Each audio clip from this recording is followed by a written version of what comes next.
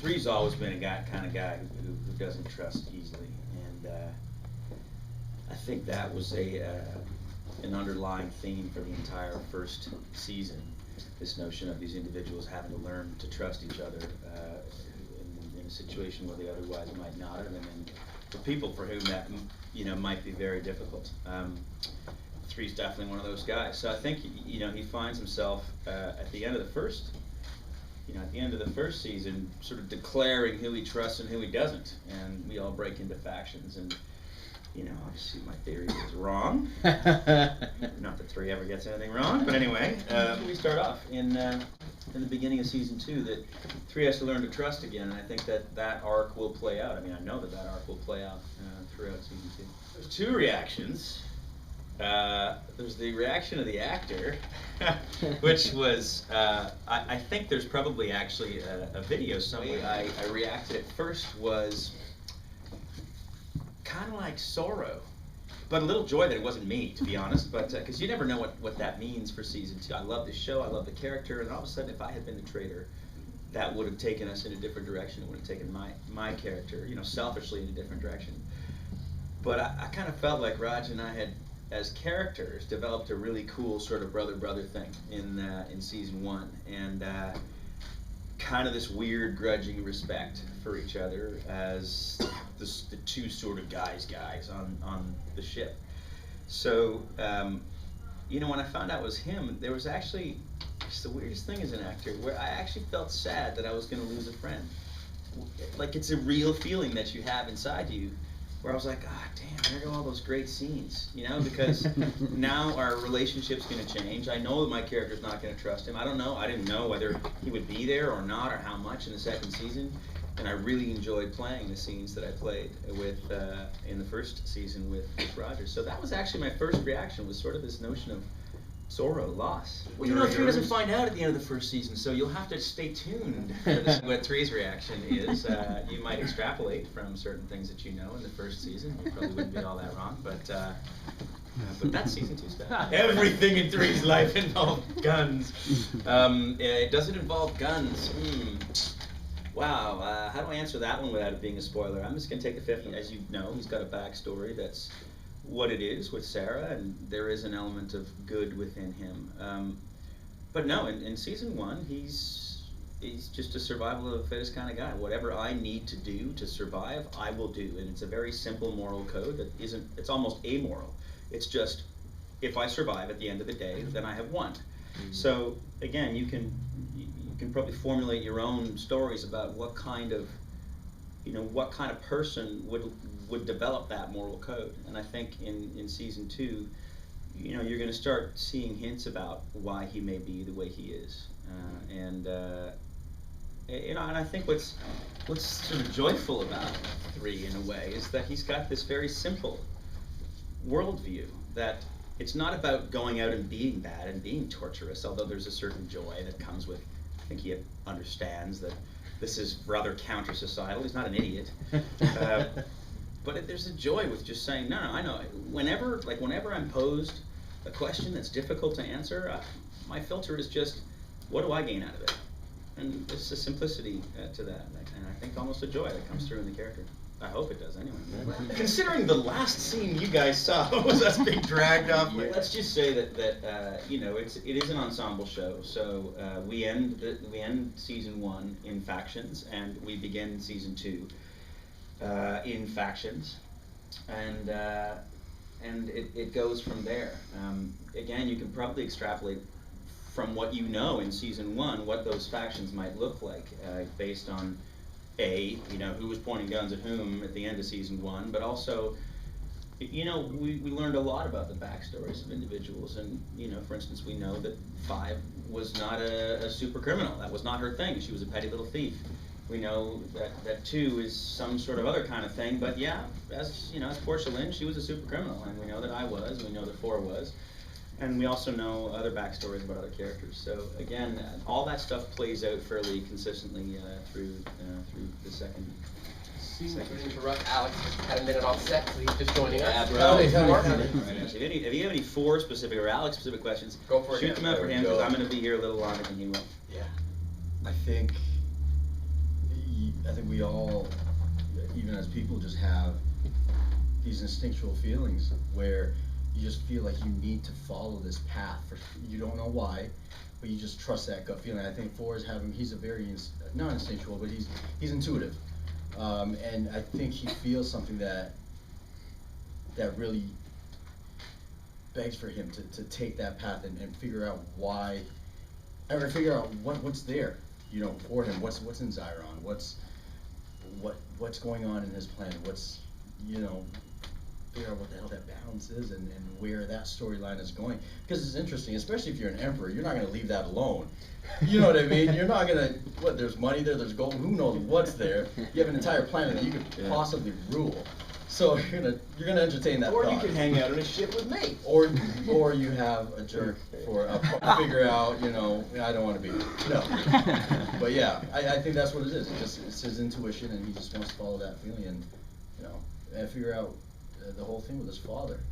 Because that's something you want to close properly. Man.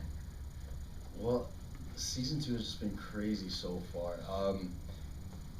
You know, in season 1, we are trying to figure out who we are, and season 2 is just like, okay, cool. Now that we know who we are, like we got to figure out who we can trust. And I don't think he's really had the time to really engage in that idea of his world yet. For a lot of the characters, they set it up so they'd be in search of family, so when they lost their identities, they clung to one another. But now that they've all kind of figured out who they are and who's betrayed them, why would your characters want to be back in this familial unit? Because right now, it's all we know, for sure. Everything else has been presented to us, and everything else is just, it's all, we just scratched, we've barely scratched the surface with our past and stuff. But we do know for sure, okay, cool, like we can sort of trust each other. There's a sense of comfortability with amongst the crew members. So I think that's why it's a nice foundation. Well, I think Alex has kind of nailed it. Where we don't exactly have a lot of other options, especially where you find us in the beginning of season 2, or at least at the end of season 1. Yeah. There aren't a lot of other options for us that you know we start off in a galactic supermax, and you know there's not a lot of folks in there who are gonna want to scratch Three's back and help him out. I mean, it's not, it's the only people in there who he has any relationship with are these guys. But then I think it's more than that. I think I think there is a fundamental yearning for family and for connection, for human connection.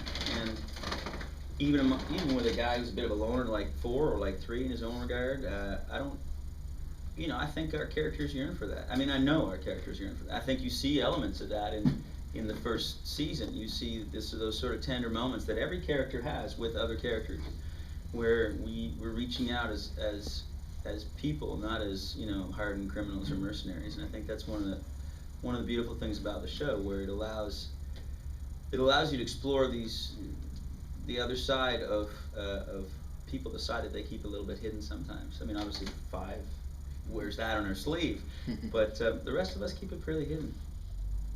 I think after finding out who the mole was, there is that sense of trust with certain individuals. And man, if Alex had to choose who 4 probably bonds with best, I would go ahead and say it's 2. And I don't know why. There's just something I see in 2 and 4 where their minds are in the same area, and their methods of execution are very similar and tactile. So I would say 2. Yeah. As Alex. I don't know what 4 is. He wouldn't say much. No, I don't think he's in any position of refusal, I think, or denial or anything. I think he's in this phase of consideration, and he's considering the various obstacles, the various possibilities, and everything that he's heard and even experienced with the various crew members. I think he has so much to consider, whereas he's not a reactive person. He's as you all know, he's thoughtful. He's methodical. He's literally just, I hate to say the word again, he's considering so many things, and he's just trying to, he might just be plotting something out in his old mind there, and God knows. But I'm sure he's just collecting right now, and conjuring up a story or some sort of idea to figure out, what to do next. He's calculated, right? Time Force says something. It's some sort of revelation, and then Yes. it shows something That you else. have a voice box? Is that the revelation? Yes. Yeah, no, I think because he doesn't talk for the sake of talking. If he talks, there's purpose behind that speech or that sentence, even that word, or when he doesn't talk, there's purpose behind it.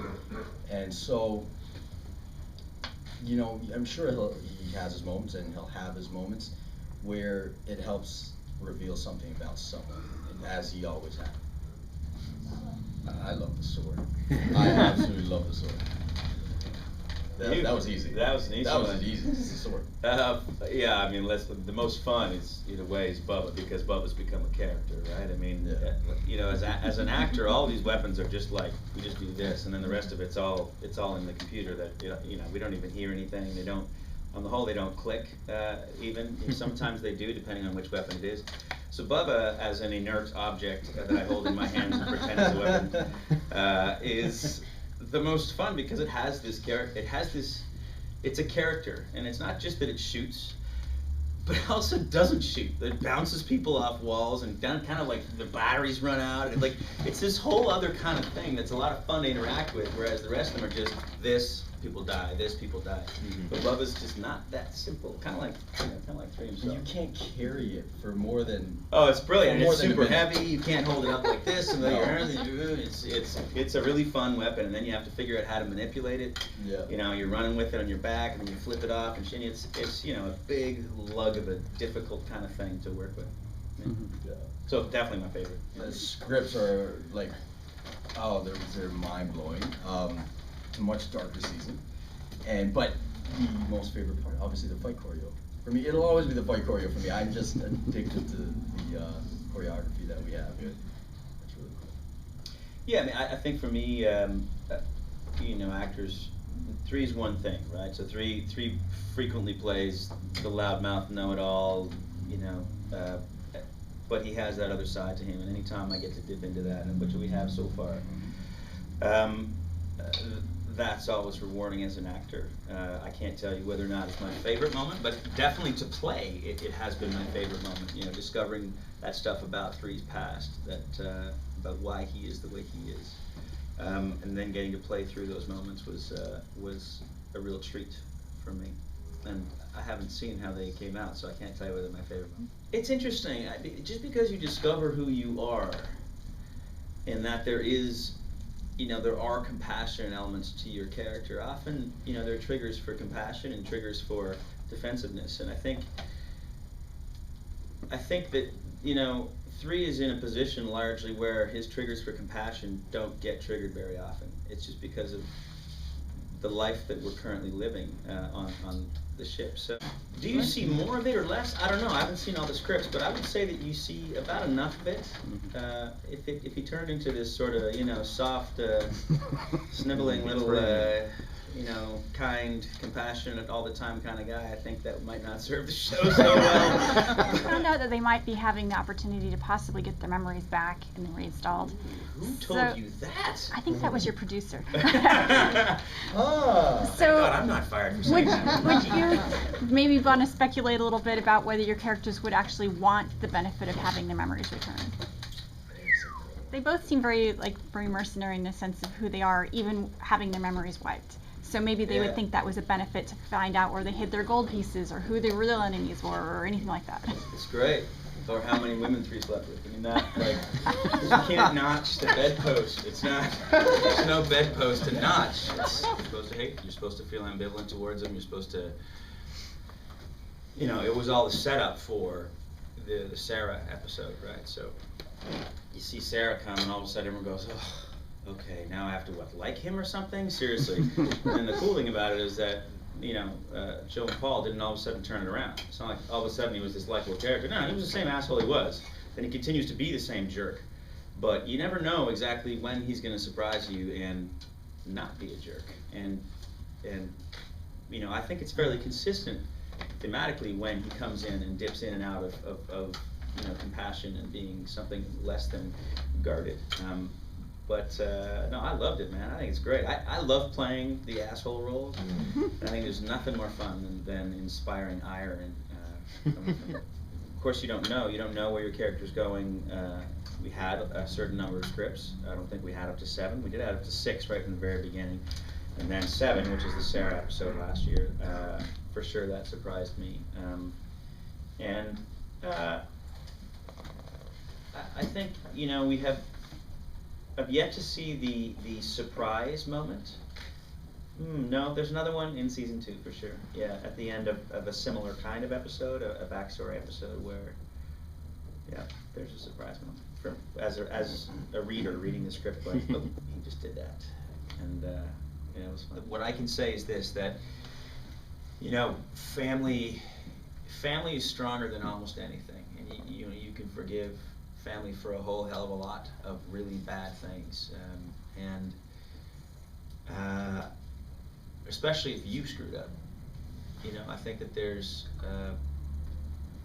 I think that's what, you know, that is what season 2 is about in large measure for 3. Yeah. Trust, forgiveness, they're all mixed up, right? So if someone violates your trust, in this case it's, you know, it's not 1. But how would 1 react to 3? How does we all react to the actual traitor? You know, I think that those are interesting questions, because they're life questions. We all have our trust broken by people and have to try to say, okay, well listen, we're still family, you know. How do we move on? Is it worth moving on? Do we want to move on? And you know, what are the rules of engagement for that kind of rebuilding of trust? 5 makes 3 a better person, and I don't think that's unique to 3. I think that's sort of the rule. I think she's the one who reminds us that we're a family. She's in a lot of ways the glue that keeps our odd band of miscreants together. I like the paternal, fraternal. I mean, it's sort of, because of her age, it's at my age, it's sort of somewhere in between fatherly and brotherly, and or older uncle or something like that. And it's just a really fun. It's a fun place to play for me as an actor, because it's not where 3 plays most of the time with anybody else. And there are very few people that, you know, everyone proves to 3 that he's wrong, but that doesn't mean he's learned anything. But there are very few characters that can actually make 3 learn things, and she's one of them. I think when he learned that he was not all bad, that there was somebody who actually believed in him and loved him, and I don't think he ever thought he you know, in those first 6 episodes, I don't think anybody ever thought, hang on a second, this is a guy that once was noble in one little part of his life. And it wasn't like he was noble. He was noble almost by accident, because he was going to leave. Then he was kind of like, oh, what do you do now? I've always sort of seen, if you guys know the Bible at all, I've always sort of seen 3, like, you know, there's that story of the farmer who's got 2 sons, and there's a whole ton of work that needs to be done out in the farm, and one son says, I'm going to do it, I'm going to do it, I'm going to do it, and his father's like, that's great, that's wonderful. And then one son says, are you freaking kidding me? No way, I'm going to go out to this, I'm going to go drinking, partying, the whole 9 yards. But in the end, it's the second son that does it. And I kind of feel like that's 3. He's the guy who will always say he's going to let you down, but in the end, doesn't. When the chips are really down, and I think he sees himself as he sees himself as that person that the second son declares himself to be, but in the end, he does it. He does the right thing, and that's the Sarah moment, where he's like, no, you got me all wrong. I'm not the guy who stays. I'm the second son. I'm the one who leaves, who doesn't do the fields. And then when she collapses in front of him, he can't leave, because he isn't that person. He's the second.